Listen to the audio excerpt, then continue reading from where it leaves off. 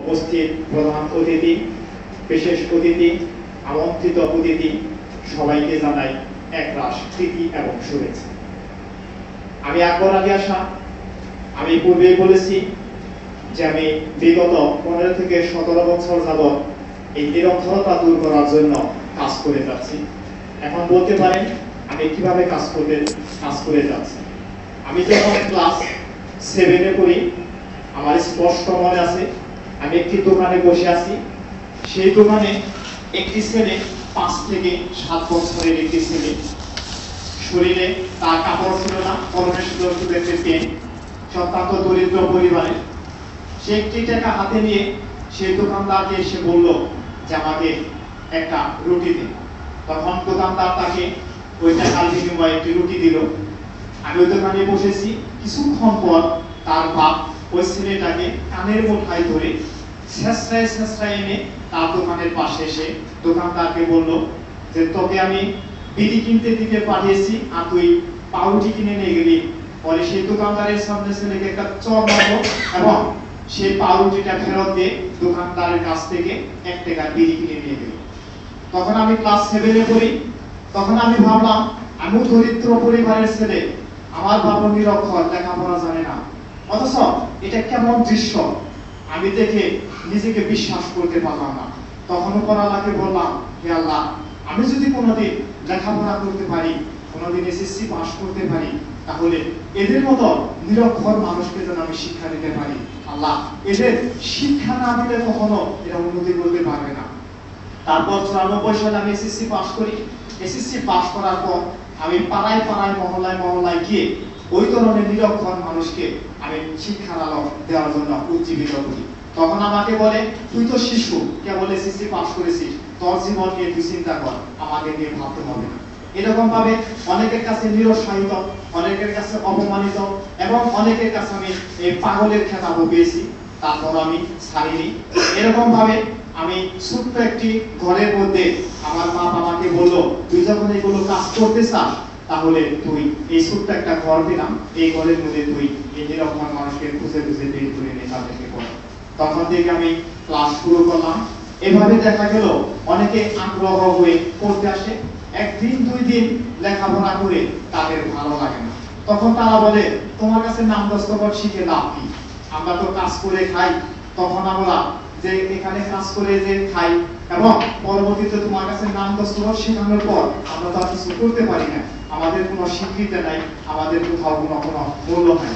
আমরা শুধু নাম দস্তখতই শিখবো আর কিছু হিসাবপাতি শিখবো, এটাই আমার জীবনের জন্য সবচেয়ে বড় পাওয়া। এভাবে বলি যে না, তোমরা এইটুকু তোমরা শেখো, অন্ততপক্ষে তোমার নাম দস্তখত, নিজের একটু হিসাবপাতি, এবং যদি কোথাও যাও তোমরা একটা সাইনবোর্ড যদি তোমাদের পড়তে পারো, তোমরা যদি কোথাও যায় যদি বিয়ে শাদীর ব্যাপারে যদি তোমরা নাম দস্তখতটা লিখতে পারো, এটাও তো তোমাদের একটা সামাজিক স্বীকৃতি। যেখানে তোমরা কিছু পারো না সে জায়গায় তোমরা কেমন করে তোমরা এই শিক্ষাকে তোমরা জয় করতে পারবে, তোমার ছেলে মেয়েকে তোমরা লেখাপড়া করাতে পারবে। তখন আমি একটা ছেলের কাছে যে আমার জীবনের একটা সবচেয়ে বড় একটা অভিজ্ঞতা অর্জন করলাম, যে সে ভ্যান চালায়, তার নাম হচ্ছে আব্দুল লতিফ, সে আমার কাছে এখনো পড়ে। সেই ছেলেকে বললাম, তুমি কি পড়তে পারো? কয় না, আমি পড়তে পারি না। তখন আমি বললাম, তুমি আমার নাইট স্কুলে আসো, আমি তোমাকে বিনামূল্যে তোমাকে শিক্ষাদান করবো। তখন সে ওই রাত্রে আমার কাছে আসে। আসার পর সে আমার ওই কারিকুলাম দেখে অত্যন্ত সন্তোষ প্রকাশ করে এবং বলে, আমি আপনার কাছে পড়বো। তখন আমি বললাম যে ভাই, আপনার ছেলে মেয়ে কয়জন? আমার 2 ছেলে 1 মেয়ে। তখন আমি বললাম, এই বড় ছেলে কি করে? বড় ছেলে 5-এ পড়ে আর ছোট ছেলের বয়স আছে 3 বছর। মেয়েটা এই বিয়ে দিয়েছিলাম বাল্য বিবাহ, যে তার স্বামী তাকে পরিত্যাজ্য করে দিয়েছে, সে লেখাপড়া জানে না বলে, এবং তাকে এই যৌতুক দিতে পারি নাই বলে এই লোকটি আমার মেয়েকে পরিত্যক্ত করে বাড়িতে পাঠিয়ে দিয়েছে।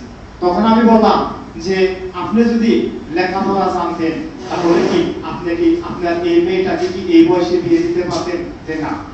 তখন আমাকে বলল যে ভাই শুনেন, আমার বাপ মা আমাকে বলেছে লেখাপড়া করে কি হবে, লেখাপড়া করে তো জজ ব্যারিস্টার করতে পারবো না।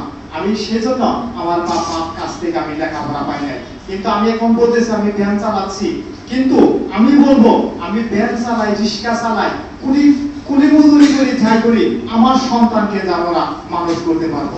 তখন আমি ওই কাগজটায় আমি লিখে ফেললাম যে কাছ থেকে গোড়াল একটি কথা, নীতি বাক্য আমি একটা কথা পেলাম যে আমার পিতা মাতা আমার পূর্বপুরুষরা বলছে লেখাপড়া করে জজ ব্যারিস্টার বানাতে পারবো না, তাদের কথার উপরে ভিত্তি করে আমাদের আজকে এই পূর্বসূরীরা অশিক্ষিত রয়েছে।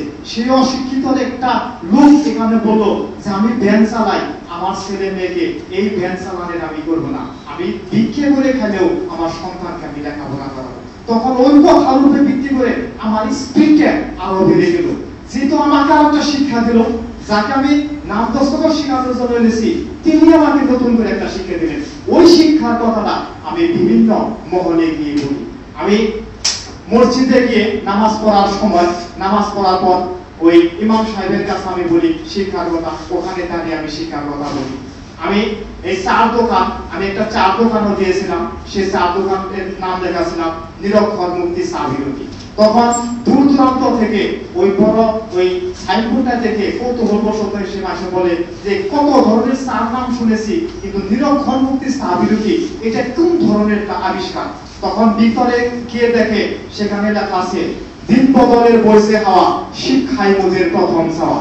সেখানে ভিতরে লেখা আছে আর 9টি সই, লিখতে পারবো নাম ঠিকানা, পড়তে পারবো বই, আমরা মূর্খ বাঙালি নই। সেই চার দোকানের ভিতরে দেখা আছে অজস্র বই পুস্তক। ওই চার দোকানে দেখা আছে একটা সাইনবোর্ড আছে, একটা ব্ল্যাকবোর্ড আছে। ওই ব্ল্যাকবোর্ডের মধ্যে যদি কেউ লিখতে চায় যে ভাই আপনার নাম কি, বাদল, আপনার নাম তো আমি লিখতে পারি না, তখন আমি বলি আপনি 2 কাপ চা খাবেন এবং আপনার নামটা আমি ব্ল্যাকবোর্ডে লিখে দেব। চা খাবেন এবং চোখ দিয়ে সে আপনার নামটা সমানে শুধু লিখবে, লিখবেন চা খাবেন, লিখবেন চা খাবেন। যত দূর পর্যন্ত আপনার নামটা না লিখতে পারবেন ততক্ষণ পর্যন্ত আপনার জন্য চা ফ্রি। তখন এই লোকটা